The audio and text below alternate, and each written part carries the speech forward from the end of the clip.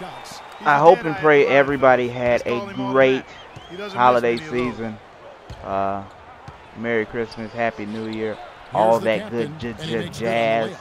I hope everybody got what they wanted. But today we're gonna be. It's almost go time for the All-Star break. Getting ready to come up here in a few weeks, about a month or so. And I want to go over. We're gonna have two different rosters. This video we're gonna be discussing pretty much just the Eastern Conference. Who I think should be in, who I think should be out. I'm not gonna go with the usual cast of characters, and it's not even going to be a traditional lineup, which there really hasn't been a traditional lineup since the late 90s, with true centers and true forwards playing their actual positions. What we're gonna be going over is let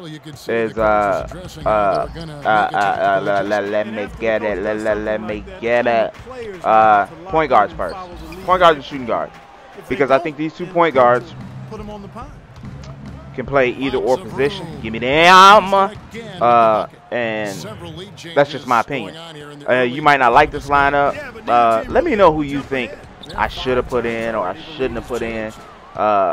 Just give me your takes on who I should have put in, who I should have left out. But here's my lineup for the point guard and shooting guard position. D Wade ain't making it. That's just how we're doing it. D Wade is not making this thing. But for the point guard, I'm going to put in John Wall. I do see. I've seen some numbers on Derrick Rose and stuff like that, but I just don't feel like Derrick Rose has done enough for me personally to warrant getting into the big dance. But that's just me personally. So John Wall is going to be our starting point guard this year. Not only are they in, I don't know what the exact numbers are for them, but I think they're somewhere in the top 3 in the Eastern Conference race. I think they're either 2 or 3. So they're balling out this year, and John Wall is pretty much coming into his own. So I think he should definitely be the #1 point guard coming into the All-Star break. Kyle Lowry is somebody I think who can play the 2 position, because if people remember when he played for the Rockets, wink wink, when he played for the Rockets, he wasn't always pushing the point. He was playing the 2 position a lot. This new point guard gig is just something new, and I think it's because of DeMar DeRozan is a better 2 than he is. And he's probably the best point guard that they really have on their roster now that I actually think about it. But he can be our #2. He's going to be the #2. And it was only between him and Jeff Teague. I feel like Teague is more of a one, but I mean, it really could go either way for me. Either him or Jeff Teague. But for my starting lineup, we're gonna go with Kyle Lowry. All right, we're gonna go straight with Kyle Lowry. And 3 position. No, it won't be Melo. LeBron ain't played the best. LeBron has not played the best. But they're scoring a lot of points on the fast break. It's just been one of those days for him. He's the best. He's the best forward in the Eastern Conference. That's sad to say, but I mean that's the reality of it. He feeds it to Roberts.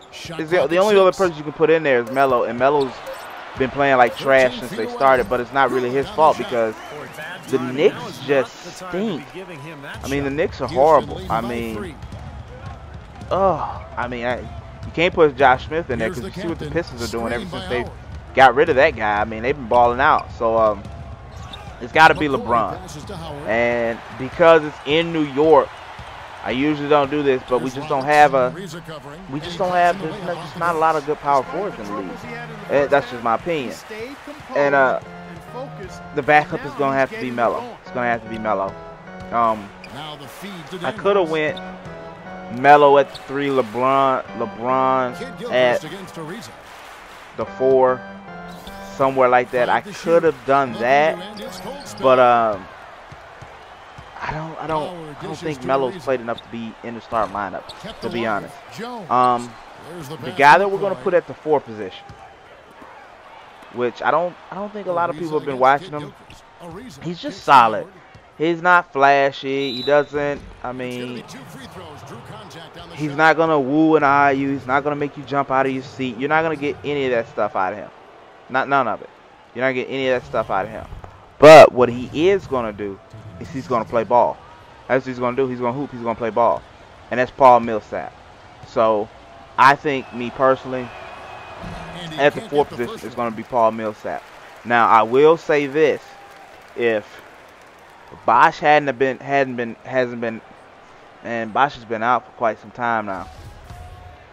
He's been out for quite a few weeks, almost a month, with his back injury. If Bosh hadn't been out, he would have been my 4th. Because ever since LeBron left Miami, Bosh has been hooping, and I mean hooping. Dude's been getting buckets. So I mean, he definitely would have been in my starting 5, but it's like I said, he's been hurt. Last but not least, and then we'll go into some of the reserves, even though I've given some reserves away. Last but not least is our center position. Now, this is going to be kind of, how do I put it? It's going to be kind of, because I don't think I'm going with a straight. No, we said we were staying. We said we were going to stay. We're going to be traditional. And we're going to stick with it and be traditional. If I have to pick a center in the Eastern Conference, it's going to have to be Marcin Gortat. I think that's how you say his name. I'm not really sure, but possibly that's how you say his name. Here's the captain. Once again, not nothing flashy, but if we're putting people in their positions, that's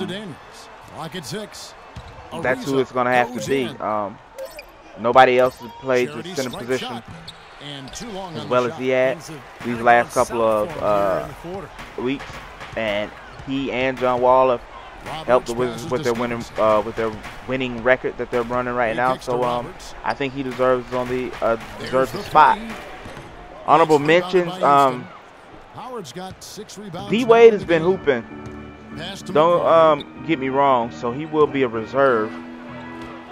But he just doesn't stay healthy enough for me. That's my only gripe with him. He plays, but then he's not consistent in staying, and being healthy. He's like, he's there for a week, then he's gone for a week. He's there for a week, then he's gone for a week. He's there for a week, then he's gone for 2 weeks. We already talked about Jeff Teague, because he's going to be coming off the bench. Chris Bosh is going to be a reserve. Who else do we have? Melo's going to be a reserve. This is my lineup, not what you guys are, or what fans are voting on, but Melo's going to be a reserve. And then Kevin Love, Kyrie Irving, he'll be a reserve. I know some people might be thinking I'm slighting Kyrie because I didn't have him in there, even though I think he's an awesome point guard. He didn't have a single point in the first half. I don't think you should be. A lot of people get in for their name, and I don't think he's done enough. Yeah, he was the MVP last year, but he hasn't really done enough for me personally to earn that top position back. And I just think John Wall's been playing a lot better than what he's been playing. But that's just my personal opinion. That being said, that's my lineup, man. So in a recap, let's go over a little recap. Got John Wall at the 1. All right. Kyle Lowry at the 2. LeBron James at the 3. Paul Millsap at the 4. And Marcin score top. Man, I know I am messing his name up. Is it Martine or Marcin? Martine? Marcin. I mean Marcin. Or is it Martine? I don't know what the hell it is, but I think I'm jacking it up. But the East just doesn't have a lot of good players. I mean, when we get to the, I can't wait to see the comments actually once we get to the West, because the West is gonna be it's gonna be silly now, because with so many awesome players in there. That will be 3 points if he converts at the line. But it's like I said, I can't wait to get to the West, because there are going to be some snubs in the West.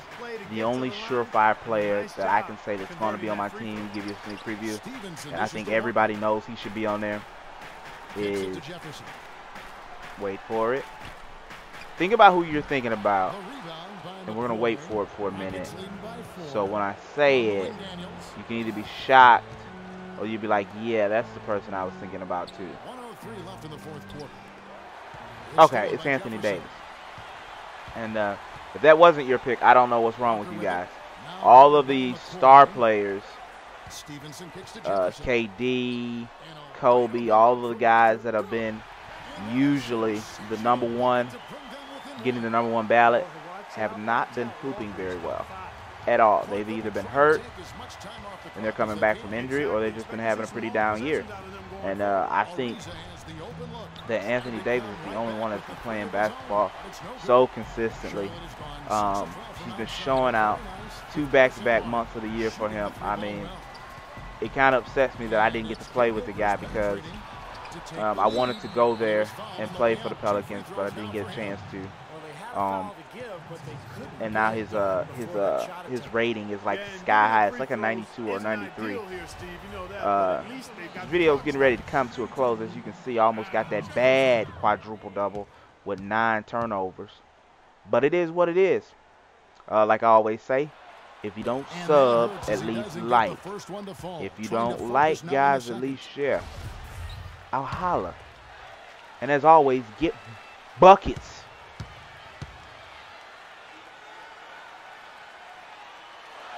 And he does get the second one, and that ties the game up. They should be in front right now, but he'll be relieved not to have come up totally empty there.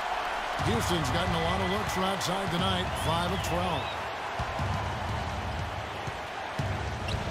Dishes to Daniels.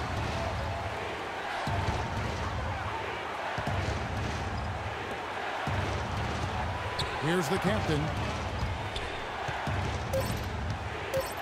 Fires from 18. It's good!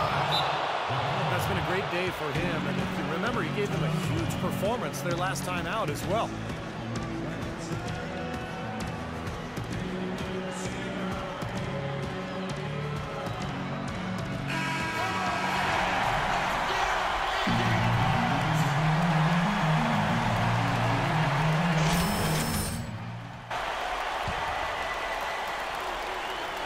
Here's Stevenson. Oh, the all-or-nothing shot. No good. So it's a narrow victory for the Rockets, pulling it out for the W. And Clark, you know, it was quite a nail-biter. Yeah, it was tight. Their guys were able to come up with big plays down the stretch, and that's the difference. And now